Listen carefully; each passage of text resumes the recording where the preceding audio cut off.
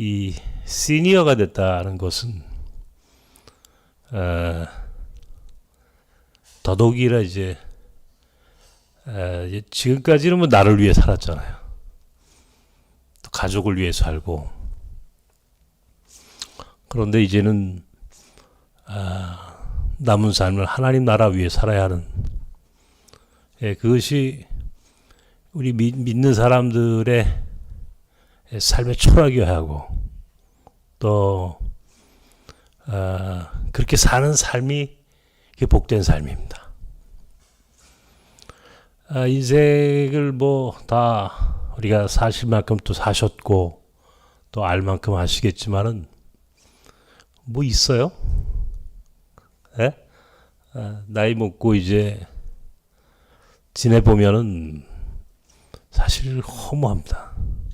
그렇게 뭐 자랑할 거 많이 있는 삶이 복된 삶인 줄 알고 권력을 쫓았고 돈을 따랐고 이 세상에 사람들처럼 부귀영화를 누리고 싶었던 그런 삶이었지만 돌아보건대 다 그 모든 것들이 사실은 그렇게 알고 보면 대단하지 않아요. 그 욥이라고 하는 사람이 욥기 1장에 내가 적신으로 왔은즉 적신으로 돌아가리라. 공수의 공수거다. 빈손으로 와서 빈손으로 돌아가는 것이다.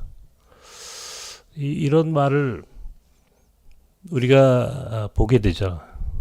전조서 1장에 이 솔로몬이 자기 자식들에게 죽기 전에 유언으로 남겼던 그의 마지막 한마디가 뭐냐면 헛되고 헛되며 헛되고 헛되니 모든 것이 헛되도다. 이 5마디 헛되고 헛되며 헛되고 헛되니 모든 것이 다 헛되다. 이 솔로몬이라고 하는 사람이 가졌을 이 영화는 아마 인류 역사에서 가장 화려했던, 그리고 모든 것들이 부족함이 없던 살았던 그런 삶이었지 않겠습니까?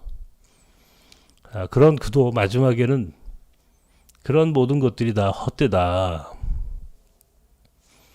이렇게 고백했으리만큼 그 삶이란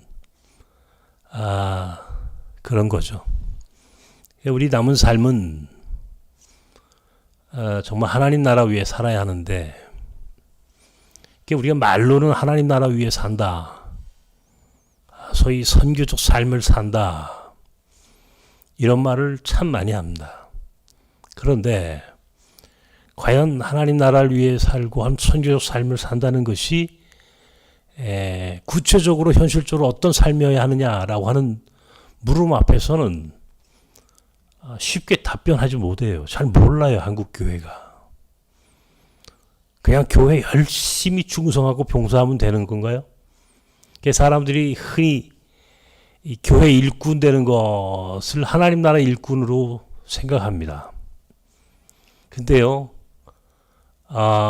교회의 일꾼과 하나님 나라의 일꾼은 사실은 다른 겁니다. 다른 거예요.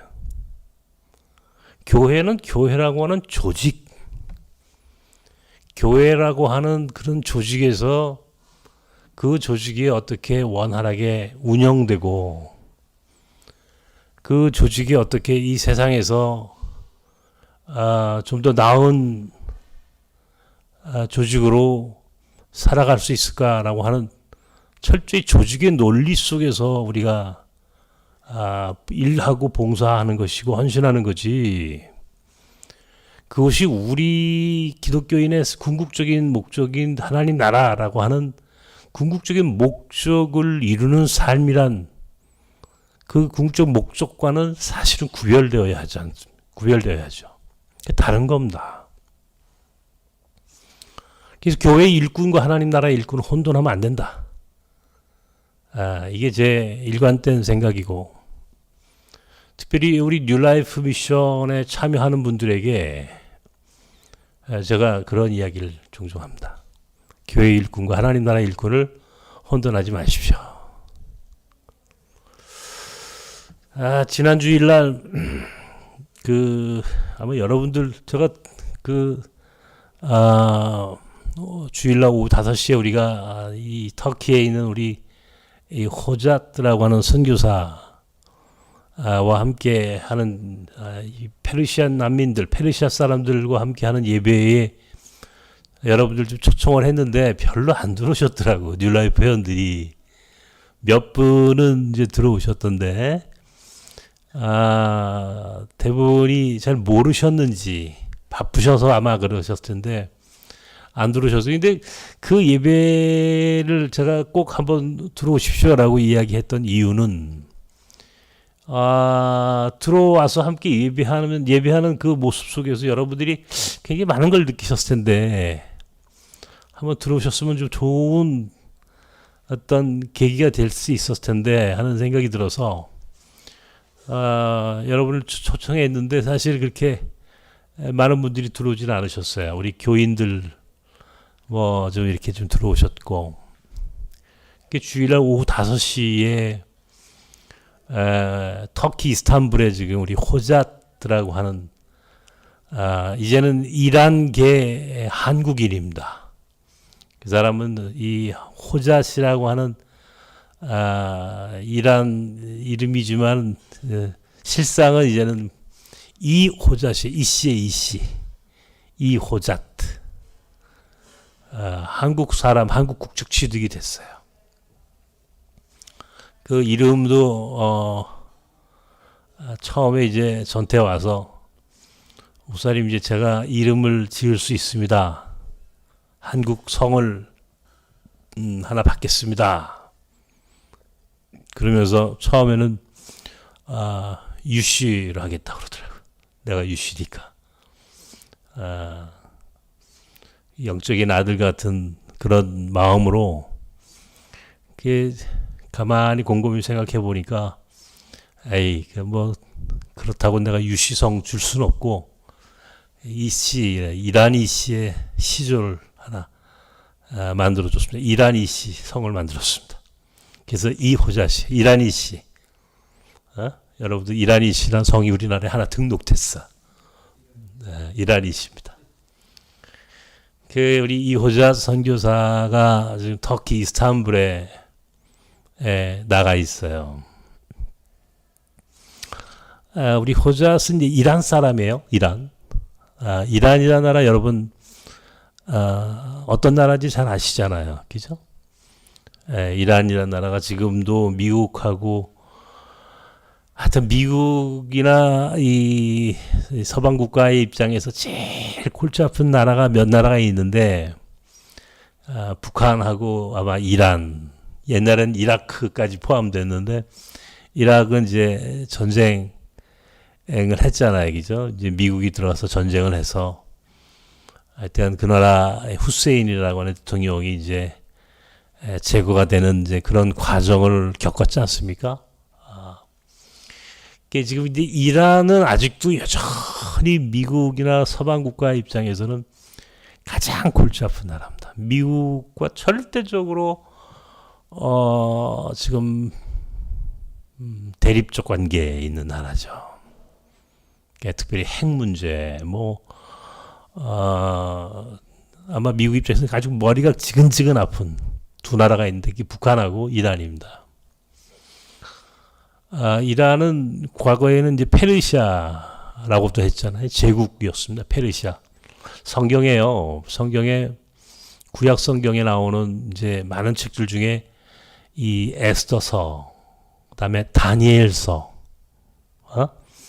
이런 그 구약의 책들의 배경이 되는 그 에스더의 아하수에로 왕과의 관계. 수산성 뭐 그런 표현 나오는 거 알죠, 그죠? 이게 전부 다 그 당시 페르시아 이 제국에서 있었던 일입니다.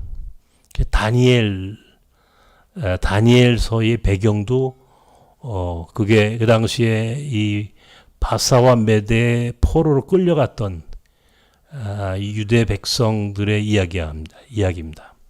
우리가 고레스라고 하는 왕을 아마 여러분 기억나요. 성경에 나오는 고레스, 이 고레스 칙령이라고 하는데 이스라엘 민족이 포로로 와 있던 이스라엘 민족을 다시 예루살렘으로 돌아가도 좋다. 예루살렘으로 돌아가도록 이 허락을 했던 이스라엘의 역사에서 이 고레스라고 하는 이 페르시아의 왕은 어떤 측면에서는 메시아적 의미를 갖고 있어요. 굉장히 의미 있는 고마운 왕이죠. 그 나라의 배경이 됐던 나라가 바로 페르시아입니다. 이 후일. 어쨌든 그 이란의 역사는 나중에 뭐 시간이 되면 이제 말씀을 드리겠습니다만은 1979년도에 그 당시 팔레비 왕조를 이란의 호메이니 이제 라고 하는 이 이슬람의 지도자가 팔레비 왕조를 무너뜨리죠. 이슬람 혁명을 합니다. 이게 1979년도부터 지금 2021년도니까 지금 42년, 그죠? 42년이 넘는 이 긴 시간을 미국과 적대적 관계로 살고 그러다 보니까 미국이 이란에 대한 경제 봉쇄를 합니다. 이란의 경제 봉쇄라고 하는 것은 다른 게 아니라 석유를 팔지 못하게 하는 거예요. 이란은 석유가 굉장히 많은 나라거든요. 그러니까 이란의 그 원유를 서방 국가에서 이제 살 수 없어요. 그거는 그렇게 하다 보니까 이제 석유를 팔아야 경제적으로 부흥하고 성장을 하는데 그게 안 되니까 한때는요. 이란은 1974년도에 테헤란 아시안 게임을 했습니다. 74년도에 여러분 기억을 해보시죠. 조련 선수가 가서 그 아시아의 물개로 금메달을 땄던 바로 그 테헤란 아시안 게임. 70년대 우리나라 사람들이 가장 많이 중동에 가가지고 우리나라 사람들이 거꾸로 이란에 가서 외국인 근로자로 일을 했다고요. 우리나라 사람들이 이란에 가가지고 외국인 근로자로 일을 했던 곳이 이란이 그만큼 잘 살았다 이런 얘기예요. 그러던 나라가 이슬람 혁명 이후에 40년이 지나면서 경제가 급속도로 나빠집니다. 그러니까 그 나라 백성이 살 수가 없는 거예요. 그러니까 뿔뿔이 다 흩어집니다. 그래서 이란에서 굉장히 많은 사람들이 외국으로 이제 흩어져 떠났습니다. 그 중에 한 사람이 호자시라고 하는 이 무슬림 청년이었어요. 이 청년이 1990년대 초에 어떻게 이제 한국으로 왔습니다. 그 당시는요, 이란 사람들이 가장 많이 갔던 나라가 어디였냐면 일본이었어요. 일본. 일본은 우리보다 훨씬 더 잘 살았으니까 그 당시만 하더라도 지금은 내가 볼 때 일본하고 우리가 거의 대등합니다. 결코 우리가 일본보다 못하지 않잖아요. 경제적으로. 그런데 그 당시만 해도 일본에 가서 일을 하던 많은 사람이 있었는데 이 호잣은 어떻게 한국까지 흘러온 거예요. 그러니까 이란하고 한국과의 관계를 한번 생각해 보십시오. 무슨 관계가 있습니까? 더욱이 무슬림인 청년이 한국에 와가지고 어떻게 살았을까요? 이 성수동 있지 않습니까? 예, 옛날에 여기 성수공단이라고 그랬어요. 지금은 여기가 굉장히 우리 장장님 잘 아시겠네요. 거기 옛날에 뚝섬 성수동이 있던 공단 지역이었습니다. 거기에 인쇄 공장에서 일을 했어요, 이 친구가. 이게 굉장히 참 힘겨웠죠. 90년대 초만 하더라도 우리나라에서 정부가 비자를 주지 않았으니까 불법 체류를 했습니다. 말 그대로 이 불법 체류라고 하는 말은 법적인 용어는 아니고요. undocumented, 소위 미등록 외국인이라고 하는 표현을 씁니다. 등록되지 않은 신분으로 이제 일을 했단 말이에요. 한국에서 이주 노동자로 산다는 게 얼마나 어렵습니까, 여러분? 굉장히 힘들고 어렵거든요. 사실 말로 다 못합니다. 제가 92년도에 이제 구로공단에서 처음 외국인 이주 노동자 선교를 시작을 했는데, 그때 생각하면은 지금하고 지금 한 30년 됐는데 완전히 하늘과 땅 차이입니다. 정말로. 그때는요, 외국인들이 사람 대접을 하지 못했어요. 사람 대접을 하지 못해가지고 정말 어떤 측면에서는 뭐 노예 취급당하거나 혹은 짐승 취급을 당하는 정도의 그 비인간적인 반인권적인 그런 대접을 받으면서 살았던 그런 시절이 있었습니다. 지금도 뭐 이렇게 막 뭐 굉장히 좋아졌다고는 할 수 없지만 그때하고 비교해 보면 지금은 뭐 엄청나게 바뀐 겁니다. 그런 시절을 호자시 살았다고요. 그러다 보니까 늘 어떤 소외, 또 편견, 차별 이런 대접을 받을 수밖에 없는 거예요. 90년대 이제 중반에 제가 이제 이 뚝섬에 와서 한 2년 정도, 1년 반 뚝섬의 그 지역에서 제가 이주 노동자 선교를 하다가 이제 강변역으로 이사를 왔었습니다. 강변역에 이사를 와가지고 테크노마트 건너편 지하실에서 이제 외국인 사역을 할 때인데, 그때 우리 공동체에 무슬림들이 종종 들려요. 많이 왔어요. 뭐 지금은 몽골 사람들이 주가 되었지만은 그때까지만 하더라도 몽골 사람들도 있었지만은 다른 나라 사람들도 상당히 많이 그 당시 교회를 찾아왔는데, 그 중에 어느 날 이제 호자시 와서 이제 한글을 배우기 시작했어요. 그러니까 한글어 공부가 왜 중요한지를 가르쳐 드리는 거예요, 지금. 우리 여기 이제 이 동영상으로 지금 보시는 분들도 오늘 제 이야기를 잘 들으십시오. 이게 선교라고 하는 게 뭔지 한번 설명해 드리려고 하는 겁니다. 한글 공부하러 왔어요, 한글 공부. 근데 우리 교회가 어떤 구조였냐면 지하실에 이 딱 그 공간이 하나였어요. 예배당으로도 쓰고 거기서 한글 공부도 하고 또 거기서 밥도 먹는 식당도 되고, 공간이 없었으니까 지하실에. 그러니까 그 공간이 예배당이고 식당이고 교실이었어요. 그 맨 뒤에서 매일같이 그 이제 주일마다 한글 공부를 하러 왔던 친구가 어느 날 조금씩 예배에 참여도 하고 기도하고 찬양하는 모습 속에서 변화되기 시작했고, 어느 날 제게 페르시아 성경책을 좀 구해달라. 이란 성경이 있으면 좀 구해달라. 그래요.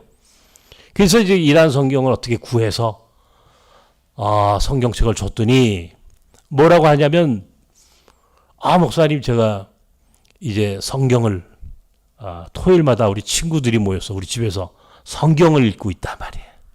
성경을 읽고 성경 공부를 한다. 무슬림으로 찾아왔던 친구가. 그래서 이제 제가 어느 날 토요일 날 신방을 하기로 했습니다. 내가 이제 호자시 일하는 이제 그 살고 있는 집이 여기 군자역에 있어요. 군자동에 옥탑방에서 살고 있었는데, 내가 거기 신방을 하고 저녁을 약속을 했어요. 저녁을 같이 내가 먹기로. 제가 그 당시만 하더라도 눈이 지금처럼 완벽하게 완전히 안 보이는 것이 아니라 조금 보였던 시절이었기 때문에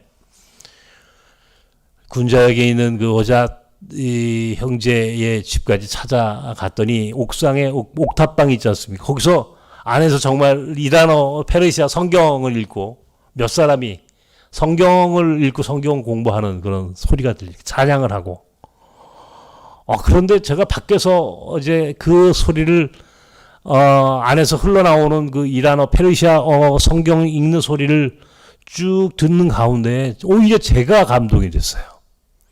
그러니까 저는 그 페르시아어를 그냥 모르니까, 그럼에도 불구하고 그 페르시아 성경을 읽는 그들의 목소리 속에 얼마나 간절함이 묻어 있고, 또 내가 이해할 수 없는 얘기지만 그들의 음성과 그 소리 속에서 정말 성령이 역사하시는 그런 감동을 내가 느꼈어요. 그리고는 너무 좋다. 우리 같이 저녁 먹으러 가자. 저녁을 제가 사주러 나갔습니다. 뭘 먹겠느냐 그랬더니 삼겹살을 먹겠다. 무슬림들이 삼겹살 먹습니까? 돼지고기 먹는다는 것은 이슬람 이 교리에서는요, 이거는 뭐 정말 끔찍한 얘기입니다. 우리 교회가 지금은 이제 코로나 때문에도 그렇지만 한때는 외국인들의 음식을 매주 주일날 이제 저희가 했는데요. 그때는 이 무슬림들이 많아가지고 우리 돼지고기 요리를 못합니다. 돼지고기 요리하면 안 먹으니까. 그리고 인도나 네팔 쪽에서 온 사람들은 힌두교인들이 많아가지고요, 소고기 요리를 해서 안 됩니다. 그러니까 만만한 건 닭고기입니다. 닭고기만 하여튼 닭 많이 잡았습니다. 닭도리탕, 뭐 닭튀김. 그래서 닭고기만 해가지고 먹는 줄로 알고 있었어요. 그만큼 무슬림들한테는 음식 문제는 금기 중에 금기입니다. 특별히 무슬림 신자들인 사람들한테 돼지고기를 먹어라. 이 사람들은 이제 햄도 안 먹어요. 절대 그 음식에 돼지고기에 들어가는 것은 자기들을 욕되게 하는 것이라고 생각을 합니다. 그런데 삼겹살을 먹겠다는 거예요. 이 사람이 삼겹살집에 갔는데요. 이 맛있는 삼겹살을 우리는 이걸 여태까지 못 먹고 살았다고. 그러면서 삼겹살을 아주 맛있게 먹는 모습을 지금도 제가 기억을 합니다. 제게 삼겹살을 먹겠다라고 이야기하는 이유는 제게 어떤 의미에서는 하나의 고백을 하는 거예요. 그 고백이란 나는 더 이상 무슬림이 아닙니다라고 하는 나름의 신앙 고백을 하는 겁니다. 나는 이제 크리스찬으로 내 삶이 변화되었습니다라고 말하고 싶은 거예요. 음식을 통해서 내게 그런 사인을 보내는 거죠. 굉장히 중요합니다. 그런 말 한마디 한마디를 이해하고 해석해 나가는 것이 선교를 함에 있어서는 굉장히 중요하다 말이에요. 그 이후로 급속도로 가까워지고 급속도로 우리 호자세 신앙이 자라기 시작합니다. 그리고는 신학을 공부해야 되겠다. 신학 공부를 해야 되겠다. 세례 받았죠, 물론. 신학 공부해야 되겠다. 또 종교를 이제 무슬림에서 기독교로 개종했으니까 어떻습니까? 이제 이란에 돌아가면 이제 이거는 곧 죽음이라. 박해를 받을 수 있어요. 지금도 이란에서는 기독교인으로 산다는 것이 굉장히 어렵습니다. 그러니까 어떻게 돼요? 이거 이제는 이 사람을 우리가 난민으로 종교 난민 지위를 좀 받도록 해줘야 되겠다 해서 우리나라 난민 지위를 신청합니다. 그러니까 2000년대 초, 이제 1990년대 후반기부터 시작해가지고 2000년대 초반에 우리나라의 실정을 지금부터 20년 전을 한번 생각해 보십시오. 어떤 상황이었습니까? 근데 특별히 난민, 여러분 이 난민이라는 개념, 요즘은요, 최근에 아프가니스탄 난민이 한 390여 명, 한 400여 명 정도가 들어왔습니다. 아시죠? 그죠? 지금도 저 진천에서 이들이 살고 있습니다. 난민들이, 특별히 아프가니스탄 난민들이 넘어올 때 그 난민이 들어오게 된 배경이 뭡니까? 아프가니스탄 탈레반에 의해서 점령되고 더 이상 거기서 살 수 없는, 만약에 탈레반이 정권을 완전히 잡게 되고 그 이후에 있을 엄청난 보복, 이런 일련의 과정을 생각하면 끔찍하죠. 다 죽는 거잖아요, 잘못하면은. 그러니까 어때요? 도망 나오는 겁니다. 이게 난민이란, 이게 지금 세계적인 이슈입니다. 여러분, 이 난민 문제를 아셔야 되는데요. 이 난민의 첫 번째는 전쟁 난민입니다. 전쟁 난민. 아프가니스탄 같은 전쟁 난민. 그 다음에 시리아, ISA 이런 내전이 있었잖아요. 시리아.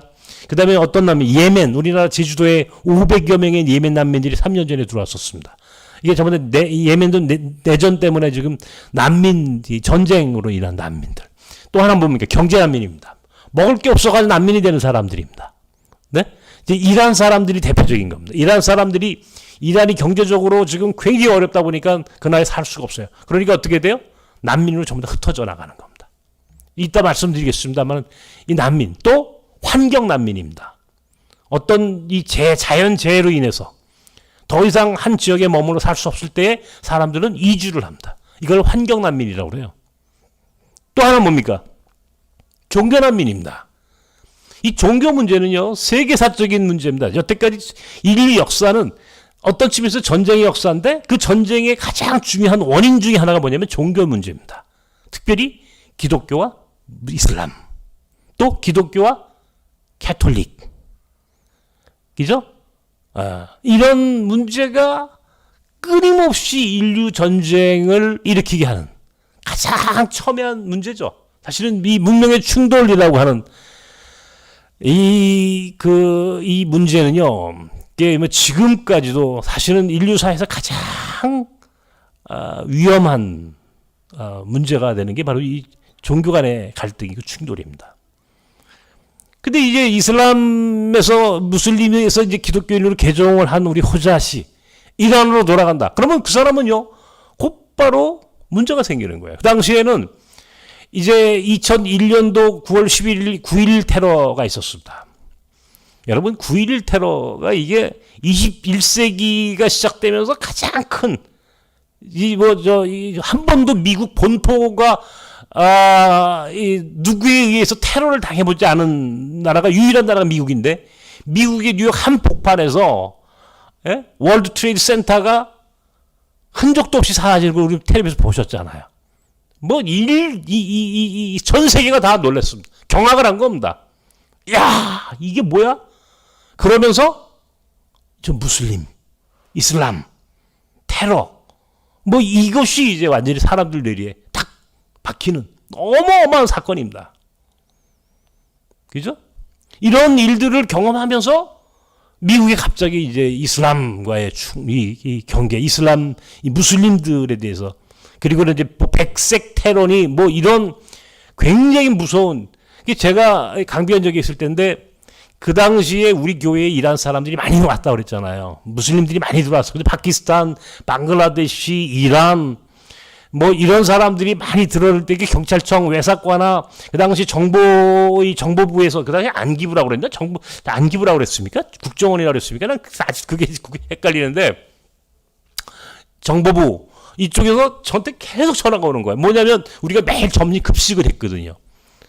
목사님, 지금 미국에서 백색 테러, 그때 이 탄저균 이런 문제, 음식에다 만약에 문제가 생길 만한 문제, 독성을 풀어가지고 사람을 해하는 이런 테러가 있을 수 있으니까, 그러면서 저한테 계속 전화하는 거예요. 경찰청에서도 전화 오고, 우리나라 정보부에서도 계속 전화가 오고, 그래서 제가 그랬죠. 나는 그 사람들하고 그렇게 내가 대립적 관계에 있지 않고, 나는 그 사람들에게, 증오나 내가 그 사람들한테 테러를 당할 만한 일을 하지 않았기 때문에, 난 그렇게 걱정하지 않는다고.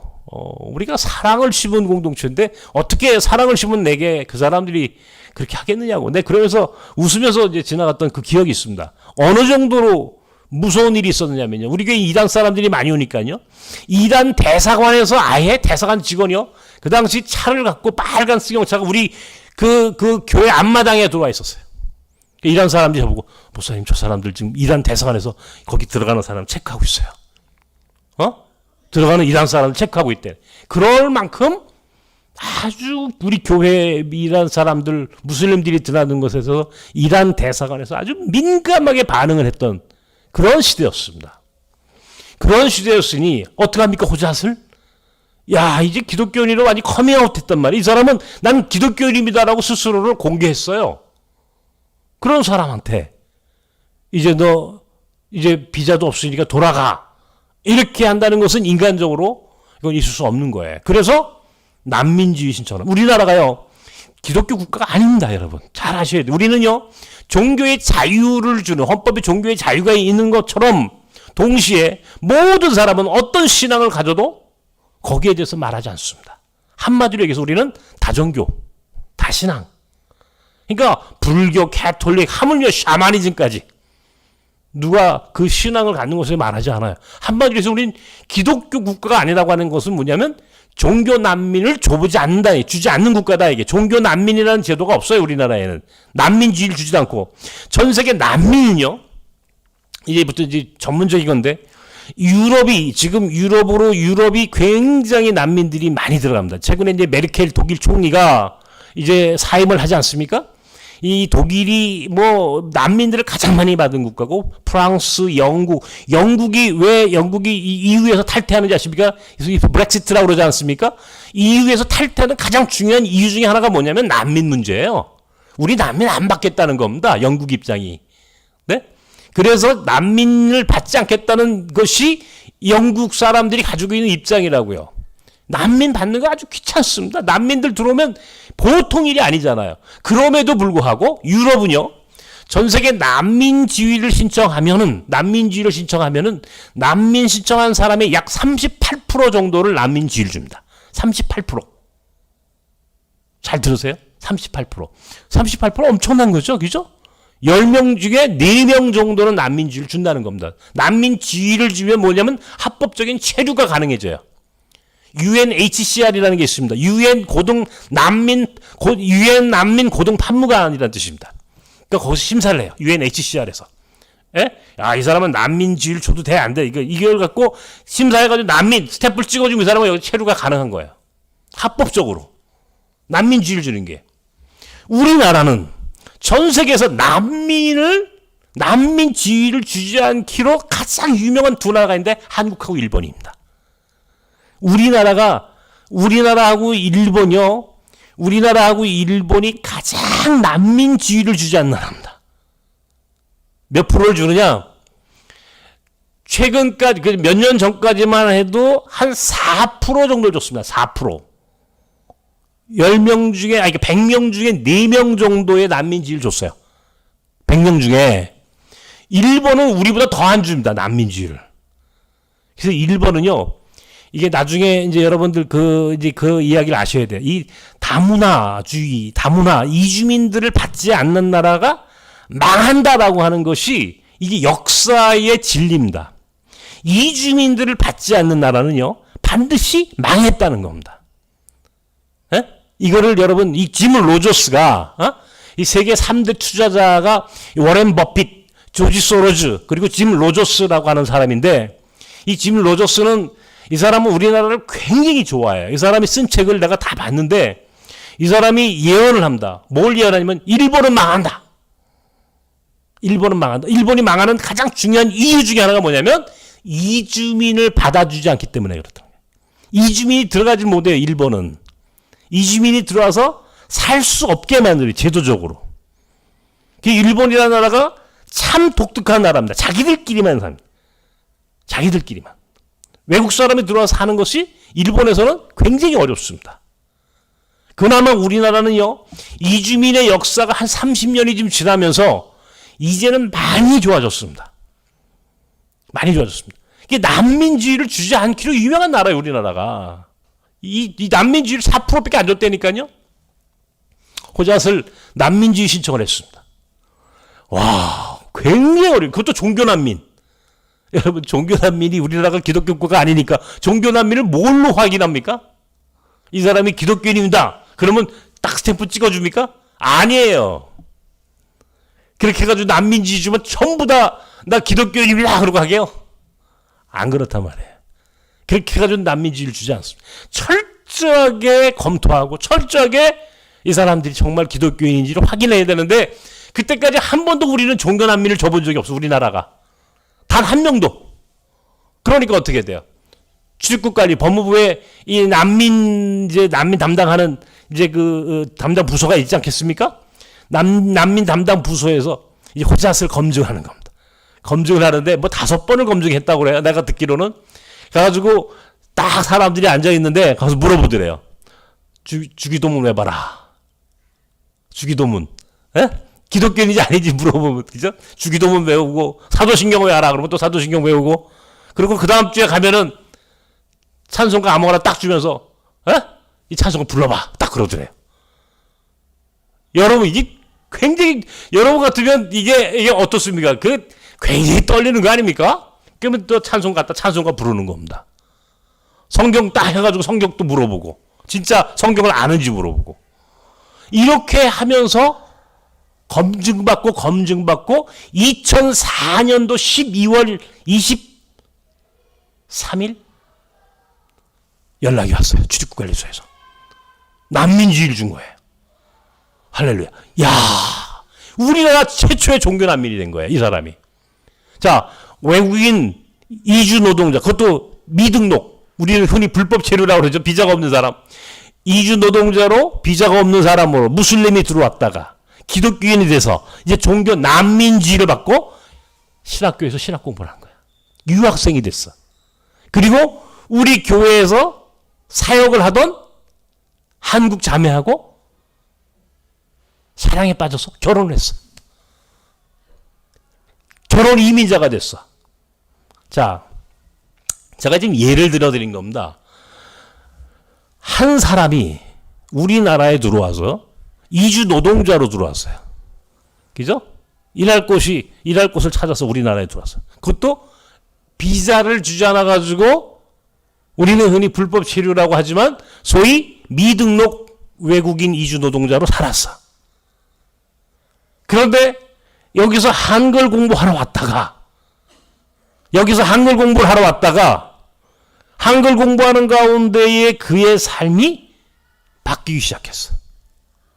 그래서 기독교인이 되기로 했고 세례를 받고 그리고는 종교 난민지를 받았어. 자, 이주 노동자가 종교 난민이 됐어요. 난민지를 받았어요. 그리고는 장로회 신학대학교에서 신학 공부를 하기 시작했으니까 유학생이 된 거야. 그리고 여기 있는 우리 자매하고 결혼했으니까 결혼 이주 가정을 만들어줬어. 다문화 가정이 됐어. 이 네 개의 카테고리를 우리는 흔히 우리 사회에 들어와 있는 이주민이라고 부른다 이게야. 한 사람이 호자씨라는 내가 한 사람의 이야기를 했는데 이 한 사람의 삶 속에 이 네 가지의 이주민, 우리나라가 이주민들을 분류하는 모든 삶을 경험해 본 사람, 이 사람이. 네 가지의 모든 삶을 다 경험해 봤어. 이주 노동자야, 난민, 유학생, 결혼 이민자. 우리 흔히 다문화 가정. 여러분, 이게 바로 우리나라에 들어온 이주민들의 유형이야, 유형. 우리나라에 어떤 사람이 들어오느냐? 이주 노동자가 들어온단 말이야. 두 번째, 어떤 사람이 들어오느냐? 한국 사람하고 결혼하기 위해서 결혼 이주 여성이 80%예요. 80%가 결혼 이주 여성인데 우리 호자선 결혼 이주 남성이죠. 거꾸로 외국인이었으니까. 그죠? 근데 어쨌든 결혼 이민자, 외국인 노동자, 이주 노동자, 결혼 이민자, 그리고 유학생, 그리고 난민. 이게 우리가 흔히 우리나라에 들어오는 이주민들을 분류하는 분류법이에요. 여기에 덧붙이면 탈북자가 있어. 탈북자. 북한에서 넘어오신 분들. 이분들도 엄밀히 따서 이주민이야. 그죠? 여기에 탈북자가 들어가고 또 어떤 사람이 또 들어가지만 떠돌이라는 개념이 있어. 떠돌이. 이 떠돌이는요, 미국이나 호주나 캐나다 같은 그 선진국에서 배낭 메고 한국에 가지고 저 외국인 이게 영어 강사 6개월 뭐 한 1년짜리 하고 돈 조금 벌어서 도망가는 친구도 있어. 그죠? 이런 사람들 이걸 떠돌이라고 그래. 떠돌이. 예, 그런 이제 우리가 이주민들의 유형 가운데 좀 넣기도 넣지만 사실은 뭐 거기에서 이렇게 좀 한 발 이렇게 좀 빼놓고 외국인 이주 노동자, 결혼 이민자, 유학생, 난민, 그리고 탈북자까지 우리가 흔히 우리나라의 이주민이라고 부르는 사람들의 유형이다 말이에요. 호잣은 이 한 사람의 삶 속에 이 네 가지의 형태가 다 있어. 그죠? 미등록 이주 노동자로 들어왔다가 난민이 됐다가 결혼 이민자가 돼서 유학생까지. 예. 이게 우리나라에 지금 몇 명이 들어왔느냐? 통계에 그냥 우리가 흔히 뭐 통계가 정확할 수가 없어요. 출입국관리소의 통계라는 게 몇 명이 들어왔다 몇 명이 나갔는지 이게 일일이 어떻게 카운트가 됩니까? 그죠? 와가지고 그냥 여기서 저 소위 불법 이주 이 미등록으로 딱 주저앉은 사람부터 시작해가지고 굉장히 이제 그 3개월짜리 비자 들고 와가지고 3개월만 있다가 왔다 갔다 하는 사람들까지 하면은 사실 사실은 통계 자체가 정확할 수가 없는데 대충 우리는 그냥 250만 이렇게 불러요. 250만.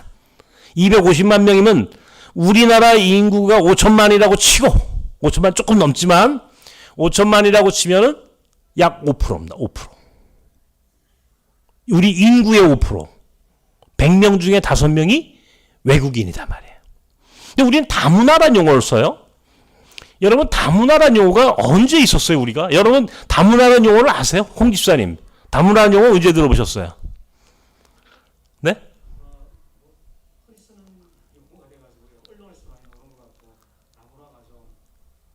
근데 몇 년 언제부터 얼마나 오래됐다고 생각하세요?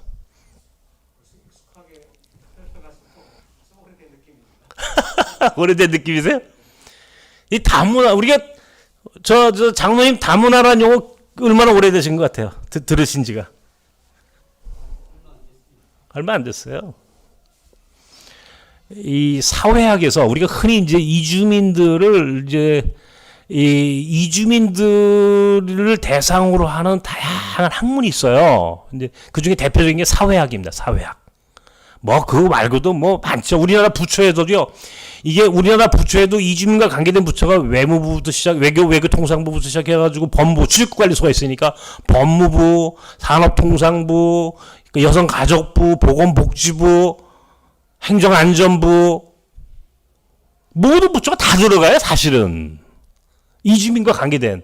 그래서 나중에 이제 얘기하겠지만 이게 지금 각 부처로 또 흩어져 있는 이주민 관계된 이 법이나 모든 그 예산이나 이것을 이렇게 분산해 가지고 하면 안 되고 이것을 하나로 모아야 된다. 이게 제가 주장하는 건데 이민청을 만들어야 한다. 이민청. 호주나 미국이나 이런 데 가면 이민청이 있습니다. 그러니까 이민자 문제를 다루는 하나의 조직이 따로 있죠. 정부 부처에. 그죠? 이민청이 필요해. 우리나라는 이민청이 없어요. 각 부처에 지금 분산되어 있다고. 그냥 중복 투자, 뭡니까? 우리나라 사람들이 역차별, 뭐 이런 말이 나오는 이유가 하나가 뭐냐면, 이게 각 부처마다 다 분산되어 있기 때문에 그래요. 모든 예산과 모든 이주민 정책이. 일관성이 없어요. 우리나라가 지금. 엄청난 돈을 쓰거든요. 이주민 문제 갖고. 그런데 이게 이렇게 분산되면 안 된다. 하나로 모아들여서 이민청을 만들어야 한다. 우리나라가 앞으로는 장기적으로 우리가 다문화 이주민 시대를 살아야 한다면 우리는 이민청이라고 하는 하나의 우리 정부 조직 가운데 하나의 부처를 따로 독립해서 만들어야 한다라고 하는 게 제 주장입니다. 어쨌든 다문화라고 하는 용어는요. 모두 우리 인구에서 이주민이 차지하는 비율이 2%가 넘었을 때부터 다문화 사회라고 부르는 거예요. 2%. 다시 말하면 2% 몇 만이에요? 100만 명입니다. 100만 명. 우리나라에 100만 명이 이주민이 100만 명이 넘을 때부터 우리는 다문화 사회라고 불러요. 5%가 넘으면요. 지금처럼 5%가 넘으면 다문화 사회가 아니라 다민족, 다인종 사회라고 불러요. 이해가 되세요? 그러니까 5%가 넘었단 말이에요. 그러니까 우리는 다문화 사회가 이미 지나가는 거예요. 우리는 다민족, 다인종 사회가 되는 거야. 다민족, 다인종 사회. 이게 개념이 있어요. 개념을 이해하셔야 된단 말이에요.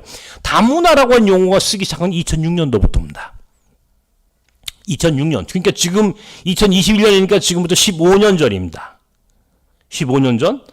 이게 왜 2006년이 중요하냐면 우리는 그전까지 다문화라는 용어를 몰랐어요. 왜? 우리가 다문화 사회가 아니었으니까.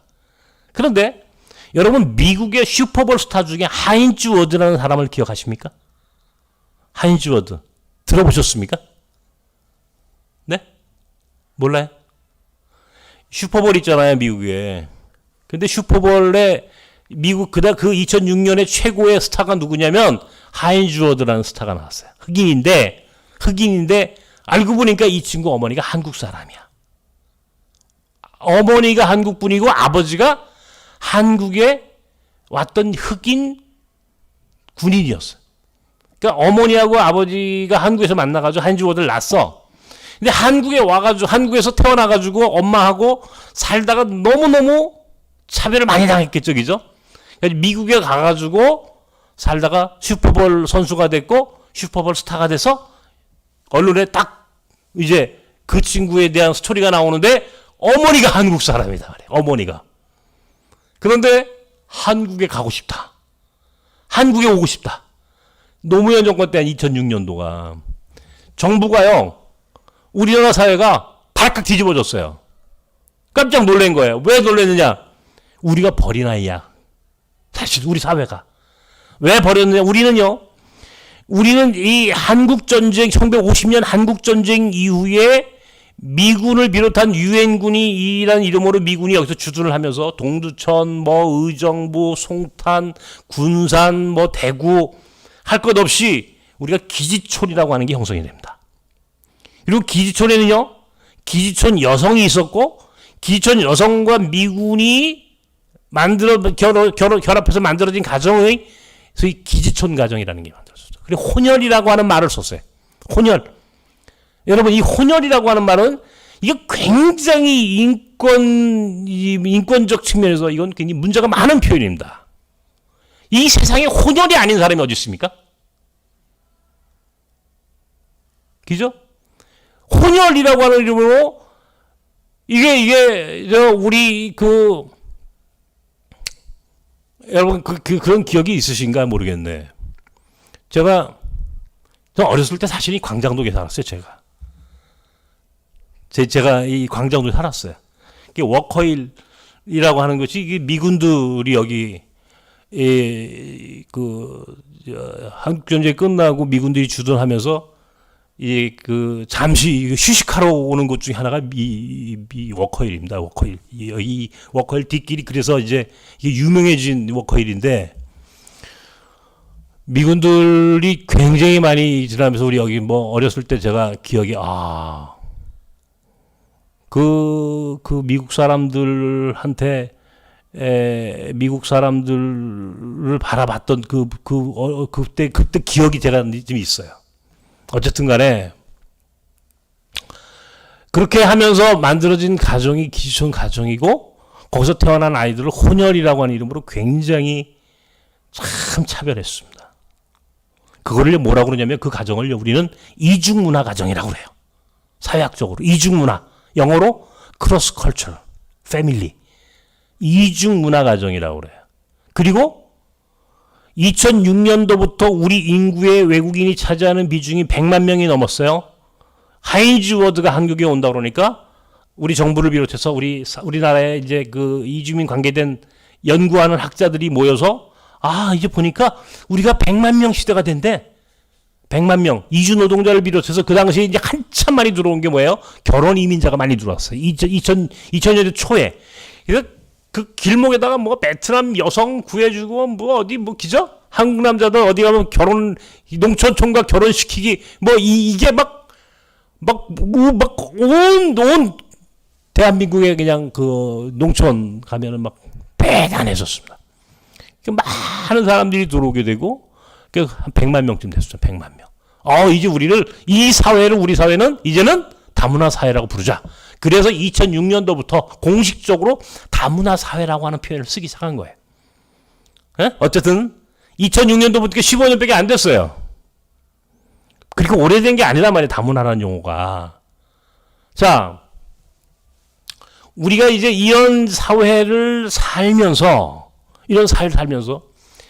이제 이것이 우리 사회가 지금 갖고 있는 심각한 문제가 뭐냐면 저출산 초고령성이에요. 초고령. 저출산이라고 하는 것은 여러분 너무나 많이 이 언론에 들어가지고 알게. 이제 0.9명도 아니고 0.8명대로 떨어졌다고 그러죠. 젊은 부부가 아이를 출산하는 이 아이의 수가 한 가정당 평균 한 명도 아닌 0.8명대로 떨어졌다는 겁니다. 그럴 수밖에 없죠. 지금 우리나라 이 상황이 지금 아이들 샴포 시대, 연애도 못하고 결혼도 못하고 출산도 안 하는 이런 시대니까 당연하겠죠. 근데 이것은 우리나라만의 문제가 아니고 세계적인 문제입니다. 더욱이 나가서 이게 초고령 사회가 되는 거예요. 65세 이상 인구가 전체 인구 중에 20%가 넘어요. 2025년도가 우리나라가 65세 이상의 인구가 20%가 넘는 해가 될 거라고 이미 통계청에서 발표를 했습니다. 2025년도면요. 지금 2021년도이기 때문에 앞으로 4년 후에 우리나라 인구 중에 65세 이상의 인구가 전체 인구의 20%가 넘습니다. 한마디로 얘기해가지고 우리는 이제 사회가 점점점 늙어가는 사회, 아이들은 없고 나이 먹은 노인만 있는. 그러니까 아주 비정상적인 이제 사회가 구조가 되죠. 그 얘기는 뭐냐면 소위 생산 가능 인구가 없는 겁니다. 경제 활동을 할 수 있는 사람, 일할 사람, 노동력이 절대적으로 부족한 거예요. 이 문제를 해결하는 유일한 방법은 이주민이 들어오는 겁니다.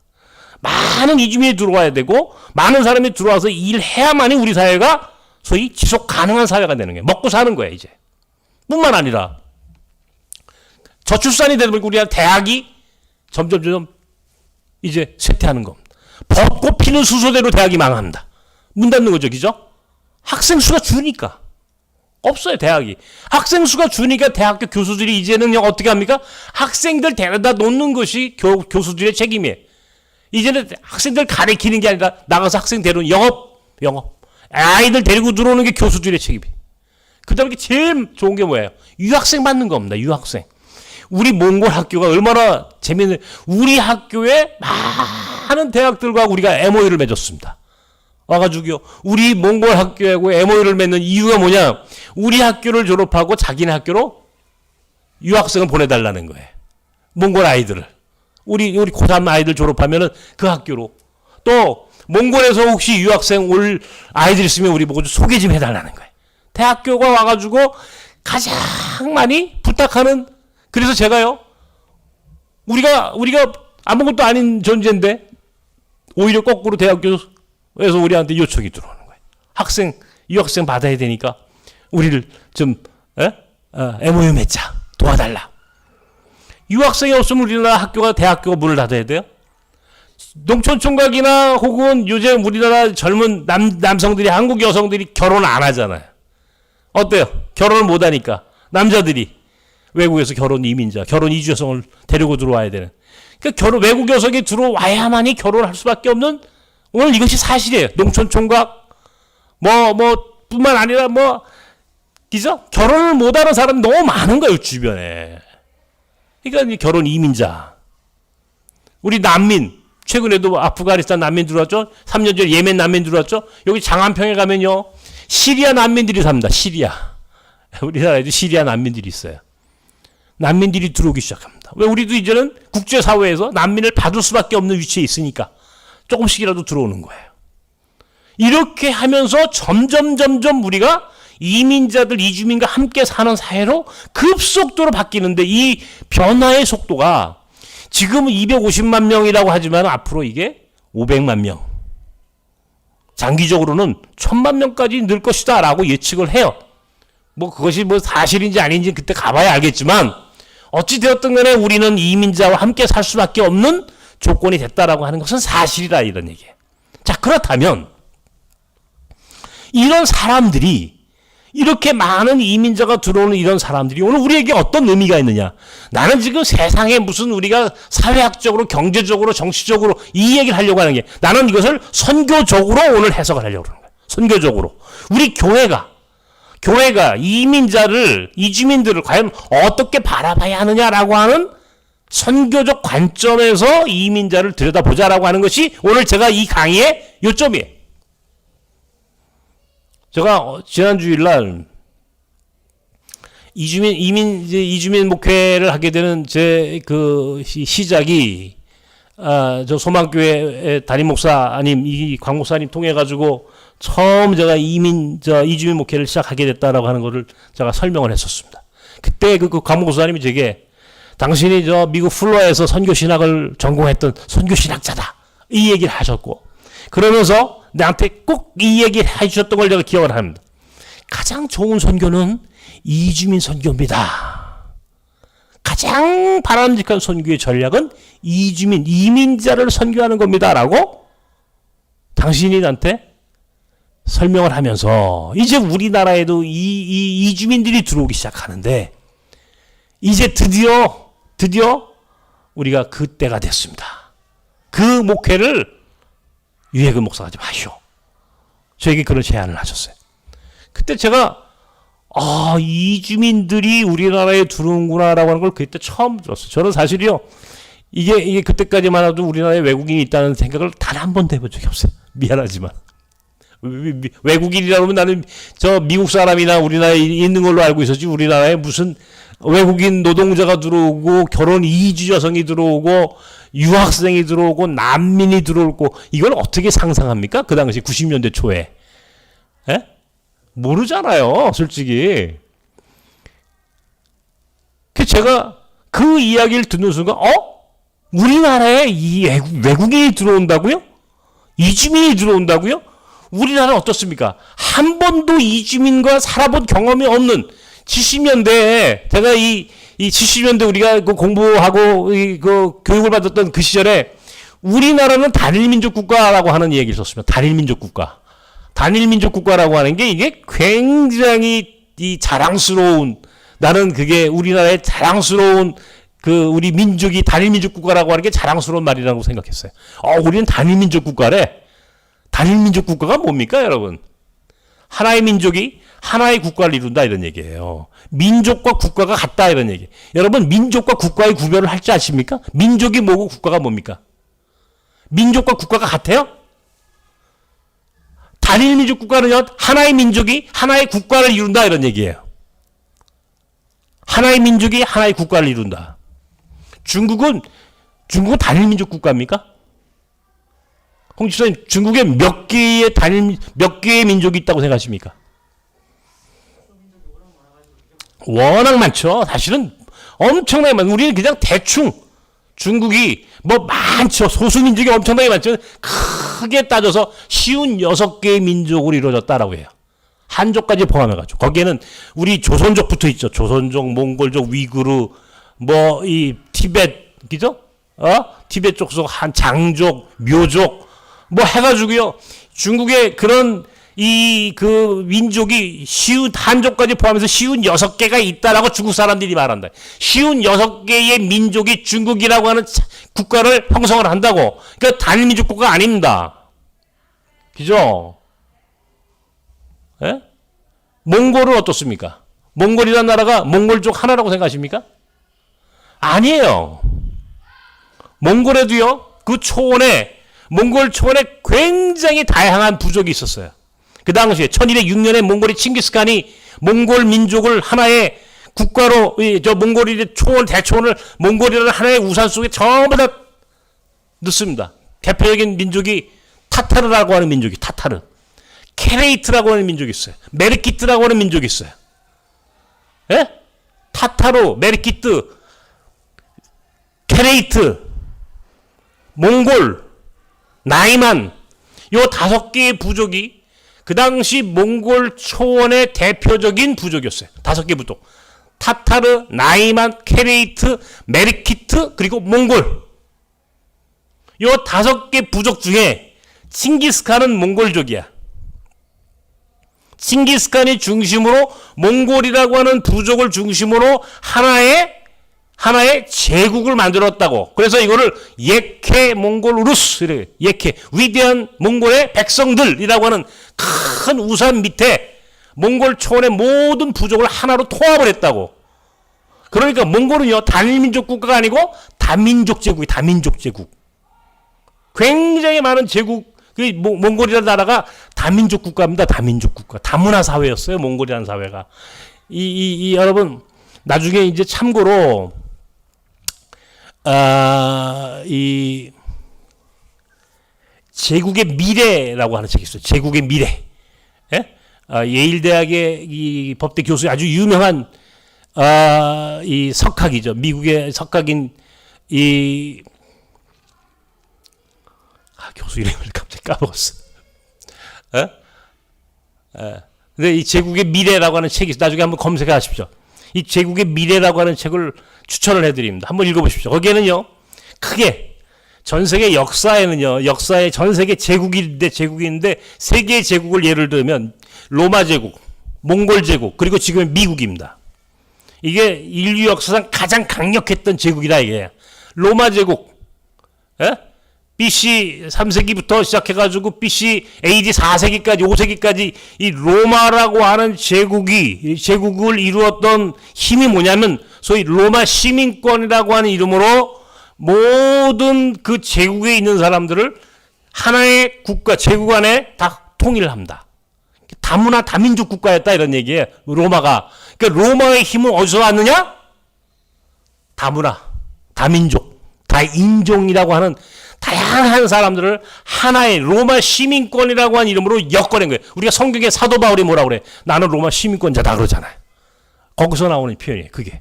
로마의 힘은 뭐예요? 팍스 로마나. 로마의 평화는 어디서 온다고요? 로마 시민권자. 로마 시민권. 다문화 사회. 몽골은 아까 얘기했죠. 예케 몽골 우루스. 몽골이라고 하는 나라의 백성이라고 하는 큰 틀 안에서 칭기스칸이 하나로 통합을 한 겁니다. 그래서 칭기스칸이 위대한 이유가 뭐냐면 그 많은 흩어져 있는 초원의 부족들을 하나로 엮어낼 수 있는 리더십이야.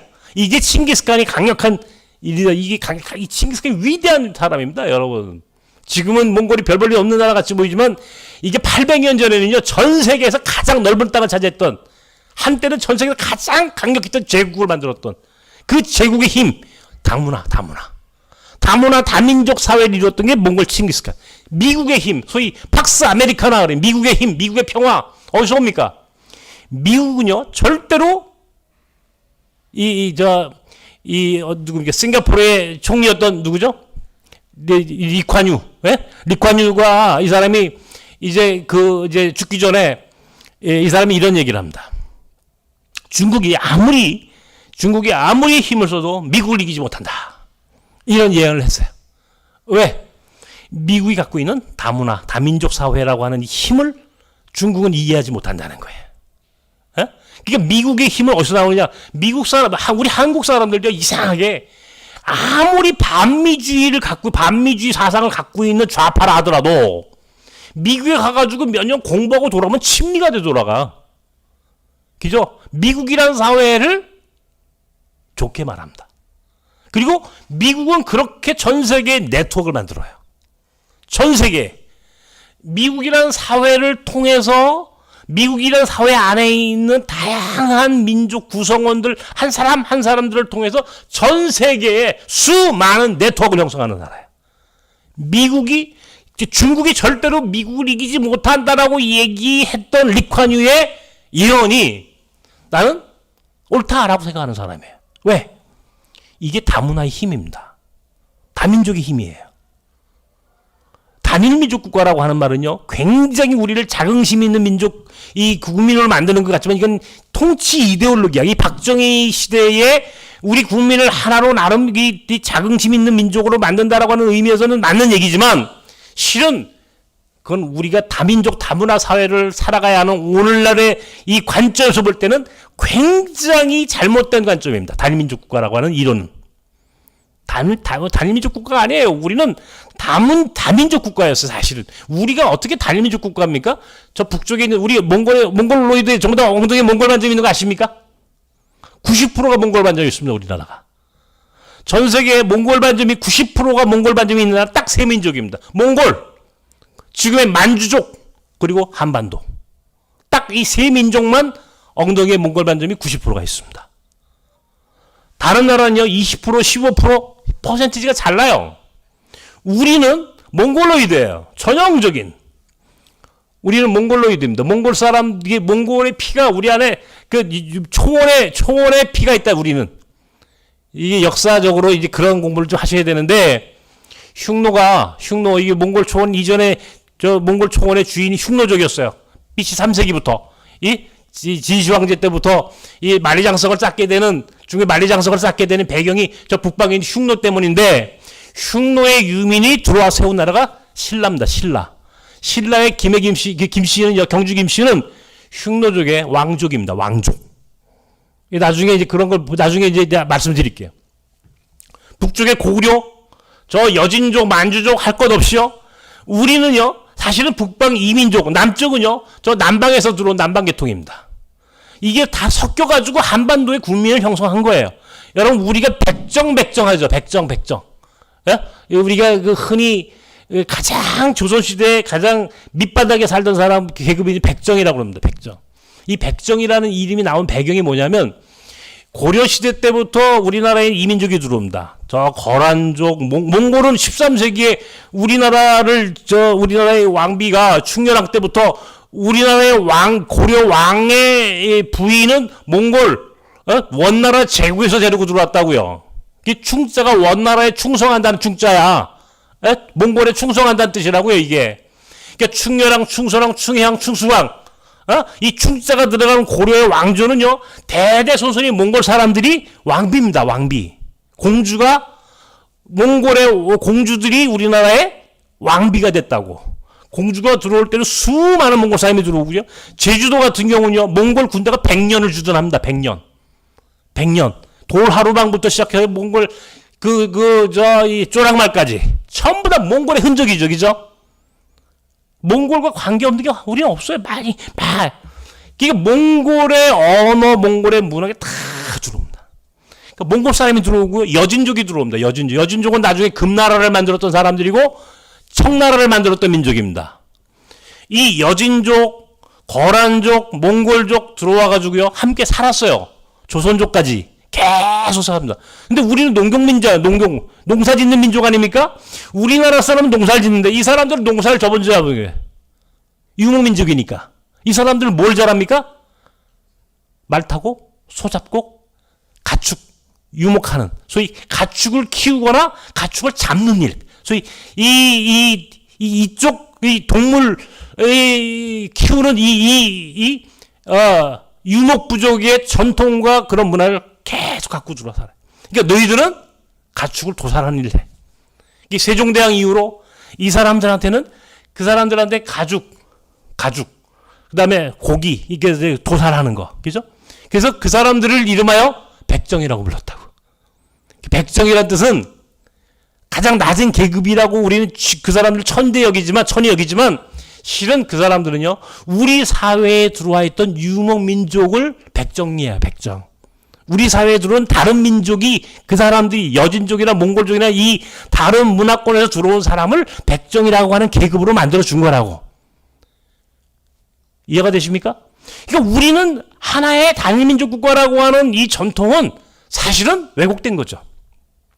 어쨌든 나는 우리 사회가 가지고 있는 이런 단일민족 국가라고 하는 이 관념과 이데올로기를 빨리 극복하고, 특별히 우리가 하나님 나라 선교라고 하는 관점에서 볼 때, 여러분, 이게 얼마나 중요한 지금 시대입니까? 우리가 지금 이 코로나 시대에 외국의 선교사들이 거의 지금 60, 70%가 다 돌아왔어요. 왜 선교할 수가 없거든요, 코로나 때문에. 이 외국 사람들한테, 외국에 가서 선교할 때 세 가지가 가장 어려워요, 세 가지. 첫 번째 가장 어려운 게 뭡니까? 비자 문제를 풀어야 돼, 비자.